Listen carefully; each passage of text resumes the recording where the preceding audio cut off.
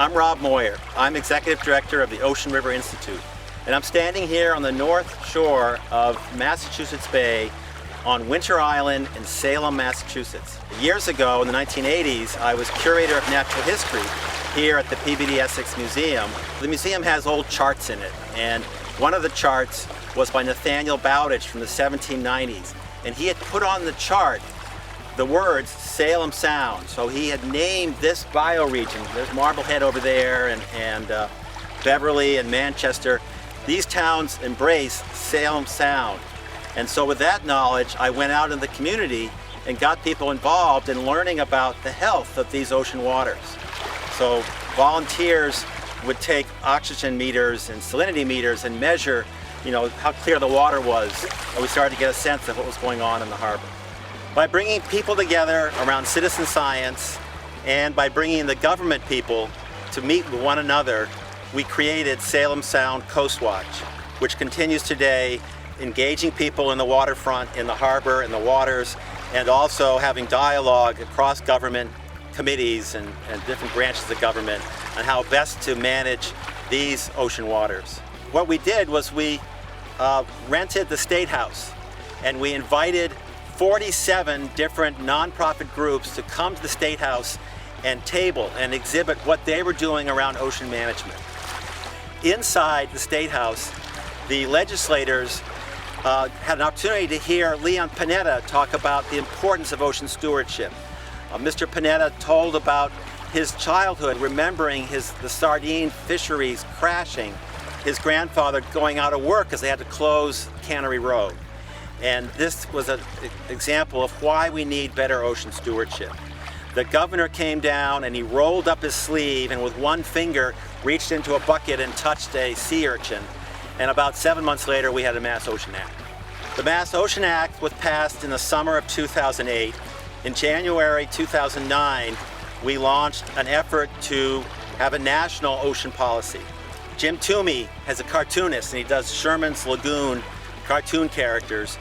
And he had Sherman the Shark and Claudia the Crab wearing blue t-shirts for our national ocean policy. And so we all started wearing blue t-shirts and we're rallying for a comprehensive ocean policy that would get the different people working together. The summer of 2010, President Obama, by executive order, created a national ocean policy. And then in November of 2010, I had the opportunity to go down to the Faneuil Hall here in Boston and see the Department of Interior, NOAA, the Coast Guard, and the Navy. They all stood up and said, we will work together for ocean stewardship. We will collaborate. We will let our middle managers talk to one another, learn from each other on how best as a nation we can govern and manage our national state waters. The Ocean River Institute, we operate by thinking locally and looking locally, and by acting locally, we become global. So we started very local here on Winter Island in Salem, Massachusetts, and we've grown to encourage national ocean policies across the nation.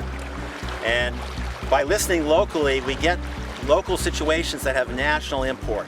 So I want to tell you about what the Ocean River Institute is doing in the Indian River Lagoon on the east coast of Florida. In 2008, 43 dolphins died in Indian River Lagoon. In 2009, 48 dolphins died. Something was in the toxic cocktail that they were swimming in that was causing these deaths. And there are many pollutants that are contributing to this. And we looked at what the ag business was doing to the agriculture, and they were over-fertilizing by 100%. The lawns around Indian River Lagoon were being over-fertilized by 500%. So here were landowners who wanted to keep their lawns green, and they inadvertently and unwillingly were putting too much fertilizer on. So what's needed is better education. People want to know what the situation is. And so what the Ocean River Institute is doing is we're putting the word out about the plight of the dolphins and how they can be helped if only people would know how much fertilizer to put on their lawns and when to apply it. But the problem is too much of these nutrients are going into the ocean, and a lot of it comes out of fertilizers. So I am meeting with county commissioners to put together an ordinance, and I'm taking the correspondence of people from all over the land In Florida, they want to know what the locals think, and the locals are outraged. They're complaining about slimy seawater, green algae all over the place, and suffering dolphins. We are trying to get an ordinance that will limit the use of fertilizers on lawns. And that's the first thing we want to do, is to have green lawns with healthy wildlife. Second, we want them to have at least 30% slow-release nitrogen in the fertilizers. And third, don't put your fertilizer down during the rainy months. This is the time that it all washes off your lawn, all goes into the ocean, and the greatest number of dolphin deaths are during the summer rainy months.